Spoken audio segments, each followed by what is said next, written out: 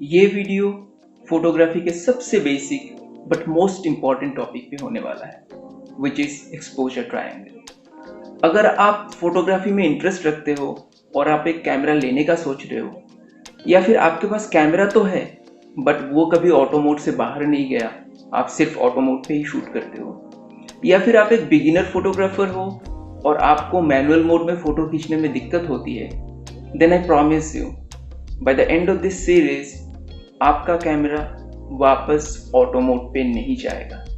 And मैंने series इसीलिए बोला क्योंकि ये टॉपिक थोड़ा सा लंबा हो सकता है एंड इसका 2 से 3 वीडियोस बन सकते हैं। एंड हाँ, हर वीडियो में हम जो भी बातें डिस्कस करेंगे उसको हम प्रैक्टिकली कैमरा में करके भी देखेंगे, so that you have a better understanding.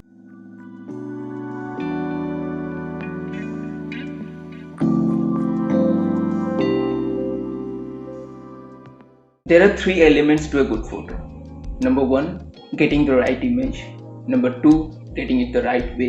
And number 3, post-processing to enhance your image. और जो फर्स्ट 2 पॉइंट है वो सबसे ज़्यादा क्रूशियल है। आपको सही जगह पे, सही टाइम पे, सही सब्जेक्ट के साथ और सही कंपोजिशन के साथ फोटो खींचना है। That is your point number 1। और दूसरा, आपको वही फोटो सही एक्सपोजर सेटिंग के साथ खींचना है सो दैट दूसरे लोग भी आपके पर्सपेक्टिव से वही देखें जो आपने देखा या महसूस किया। Learning both of them goes hand in hand, but I believe to capture what you want to capture, understanding the basic of photography, that is exposure triangle, is the first step. ये exposure triangle 3 component से बनता है, aperture, shutter speed and ISO.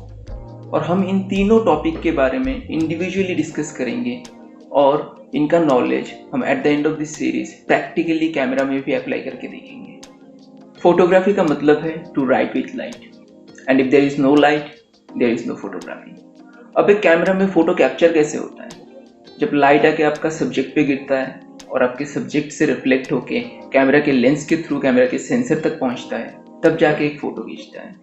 और एक अच्छा well exposed photo खींचने के लिए उस लाइट को कंट्रोल करना बहुत ज़रूरी है। अब कैमरा बॉडी में लाइट को कंट्रोल करने के लिए 2 तरीके हैं और उसमें से एक तरीका है आपका अपर्चर। एक कैमरा बिल्कुल अपनी आंखों की तरह काम करता है और अपनी आंखें भी लाइट को कंट्रोल करती हैं। इसीलिए आप देखोगे जब हम ब्राइट लाइट में चले जाते हैं तो अपना जो प्यूपिल है, जिसको हिंदी में हम पुतली भी बोलते हैं, वो छोटा हो जाता है, और जब हम लो लाइट में चले आते हैं तो वो बड़ा हो जाता है।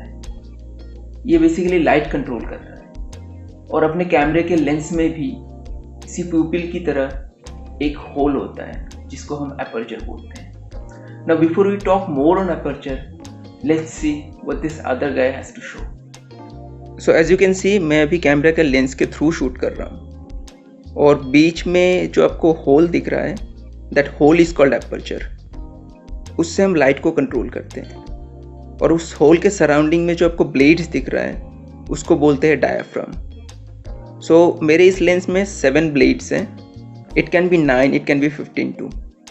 सो वो डिपेंड करता है लेंस के ऊपर। तो इस होल को हम बड़ा या छोटा कर सकते हैं अपने रिक्वायरमेंट के हिसाब से, लाइक दिस। सो जब हम इसको बड़ा करते हैं इसका मतलब है हम ज़्यादा अमाउंट ऑफ लाइट कैमरे के अंदर अलाउ कर रहे हैं, और जब हम इसको छोटा करते हैं इसका मतलब हम लाइट का अमाउंट कम कर रहे हैं। सो जैसे कि आपने देखा कि ये डायाफ्राम ही है जो अपने अपर्चर का साइज़ को छोटा या बड़ा करता है। तो बेसिकली आपको समझ में आ ही गया होगा कि डायाफ्राम का काम होता है लाइट को स्टॉप करना। इसीलिए आप फोटोग्राफी ब्लॉग्स या वीडियोस में पढ़ते या सुनते हुए आए हो कि लाइट को 1 स्टॉप बढ़ाना या 2 स्टॉप कम करना। अभी 1 स्टॉप लाइट कितना होता है उसके बारे में मैं थोड़ी देर में आपको बताऊंगा। अपर्चर को f नंबर्स में एक्सप्रेस किया जाता है और आपके कैमरा में भी आपको f नंबर्स दिखेंगे, और हर एक अपर्चर साइज के लिए अलग अलग f वैल्यूज होते हैं। अब ये वैल्यूज कैसे आते हैं उसके बारे में मैं टेक्निकली नहीं जाऊंगा, अदरवाइज आप कंफ्यूज हो जाओगे। But what you need to know is, जो स्टैंडर्ड अपर्चर वैल्यूज होते हैं वो कुछ ऐसे दिखते हैं। तो इस चार्ट में f0.7 से लेके f22 तक है।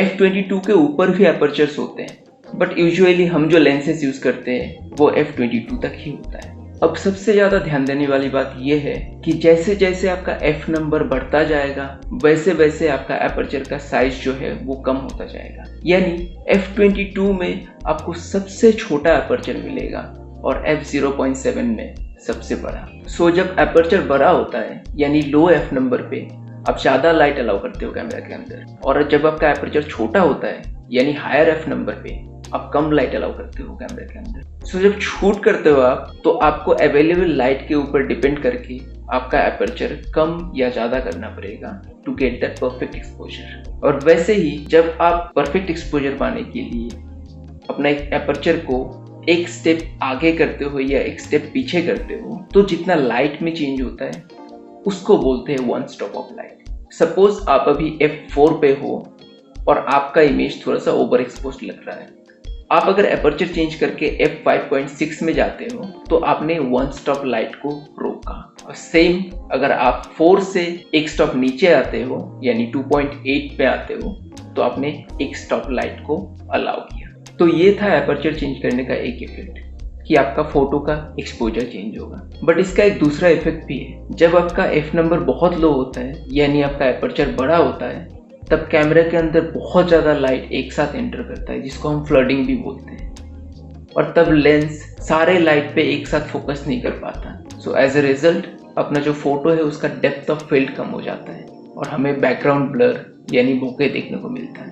बट जब आपका f नंबर बड़ा होता है यानी आपका एपर्चर छोटा होता है तब आपका कम लाइट एंटर करता है, और लाइट ऐसे एंटर करता है कैमरा में जैसे कि एक पाइप की थ्रू आ रही हो। उसको हम फनलिंग ऑफ लाइट भी बोलते हैं। उस केस में आपका सब्जेक्ट जो है और जो बैकग्राउंड है दोनों शार्प फोकस में रहता है। सो अब जब भी किसी का पोर्ट्रेट फोटो लेते हो तो आप ऑब्वियसली चाहोगे उनको बैकग्राउंड से सेपरेट करने के लिए ताकि आपका सब्जेक्ट जो है वो खिल के आए फोटो में। इन दैट केस आप लो f नंबर्स यूज करोगे यानी लार्जर एपर्चर यूज करोगे सो दैट आपका बैकग्राउंड ब्लर आए, बैकग्राउंड फोकस में ना रहे और आपका सब्जेक्ट शार्प फोकस में रहे। बट आप जब लैंडस्केप फोटोग्राफी करने जाते हो तब आपको सारी चीज़ें फोकस में चाहिए। आपके सामने जो ट्री है वो भी फोकस में रहनी चाहिए, बीच में जो लेक है वो भी, प्लस पीछे जो माउंटेन्स हैं वो भी। सो इन दैट केस आपको हायर f नंबर यूज करना है यानी स्मॉलर एपर्चर सो दैट सारी चीज़ें फोकस में रहे। सो बहुत हुआ ज्ञान, लेट्स डू सम प्रैक्टिकल। सो आज हम इस शैम्पू बॉटल, ये मेरा डॉग का शैम्पू है, इसको यूज़ करेंगे एज ए सब्जेक्ट। और मैं जो शूट करूँगा वो है निकॉन कैमरा से, निकॉन D5600, और इसमें किट लेंस लगा हुआ है 1855। तो इस लेंस का लोएस्ट f नंबर 3.5 तक जाता है, उससे नीचे नहीं जाएगा ये। और मैंने जो इस सब्जेक्ट को एक्सपोज करके रखा है वो f8 पे करके रखा है सो दैट मैं अपर्चर ज़्यादा करके भी आपको दिखा सकूं और अपर्चर कम करके भी आपको दिखा सकूं। So this is the setting I am at. Shutter speed 1/50th of a second, aperture f8 and ISO at 640. Let's take the first shot.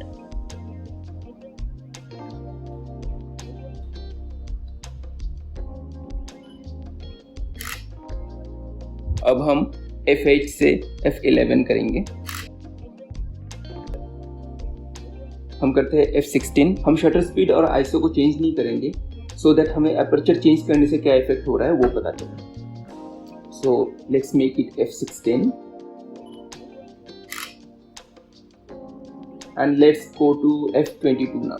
So it is almost completely dark. So जैसे हमने discuss किया था कि जैसे जैसे हम aperture को छोटा करेंगे यानी f नंबर को बढ़ाएंगे वैसे वैसे कैमरा के अंदर सब्जेक्ट से लाइट कम आएगा और फोटोज डार्क आएंगे। अब जाएंगे हम ऑपोजिट। हम जो परफेक्ट एक्सपोजर था हमारा f8 पे उससे हम अभी एपर्चर को बढ़ा के देखेंगे। Again taking a shot at f8।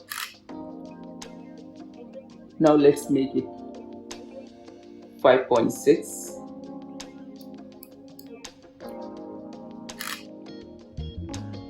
Let's make it 4।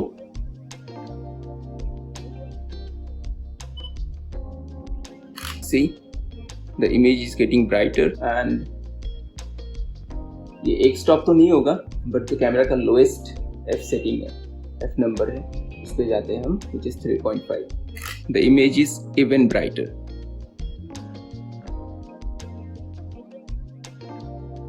अब हम देखते हैं कि एपर्चर चेंज करने के साथ साथ कैसे हमारा बैकग्राउंड धीरे धीरे थोड़ा सा ब्लरी हो जाता है. So will start at the same setting f8 पे and I will show you the shot at f8 and then will go lower.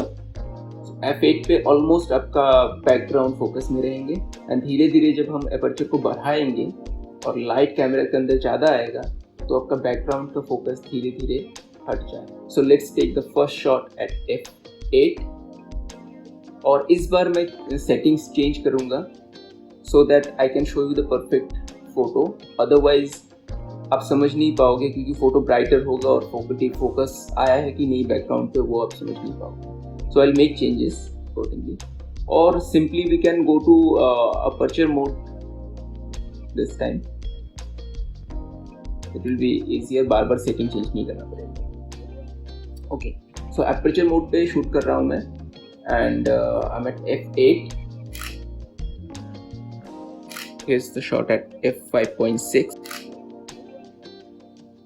Obviously आपको बैकग्राउंड ब्लर में डिफरेंस उतना ज़्यादा नहीं दिखेगा क्योंकि जो प्राइम लेंसेज होते हैं with even lower F number like 1.8 and 1.4 वो ऑब्वियसली बहुत ज़्यादा बैकग्राउंड ब्लर देता है.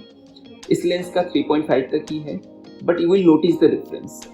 सो let's take a shot at 3.5 and here's the shot at 3.5. So I hope आपको ये फोटोज़ देख के आइडिया लग गया होगा कि कैसे एपर्चर चेंज होने के साथ साथ अपने फोटोज़ का एक्सपोजर चेंज होता है और साथ में डेप्थ ऑफ फील्ड भी चेंज होता है. So guys, that's all from my side for this video.